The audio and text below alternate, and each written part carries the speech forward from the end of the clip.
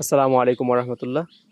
আপনাদেরকে দেখাচ্ছি আমাদের মাদ্রাসার পুকুর ঘাটের দুটি ছাতার মতো গাছ, যেই গাছগুলা প্রচণ্ড গরমে আমাদেরকে ছায়া দিয়ে আরাম দিয়ে থাকে। একটা ডান পাশে আর একটা বাম পাশে। এই গাছগুলো খুবই সুন্দর, একদম ছাতার মতো।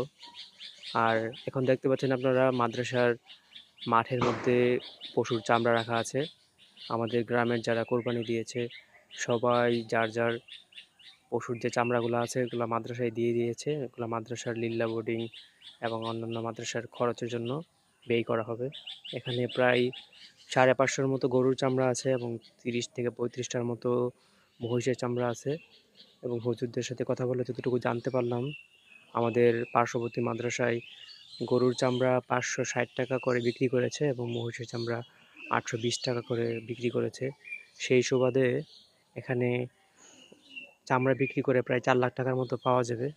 এবং মাদ্রাসায় এলান করা হয়েছে যে প্রত্যেকের সাথে চামড়ার সাথে 1,000 টাকা করে মাদ্রাসায় লীলা বোটিংয়ে দেয়।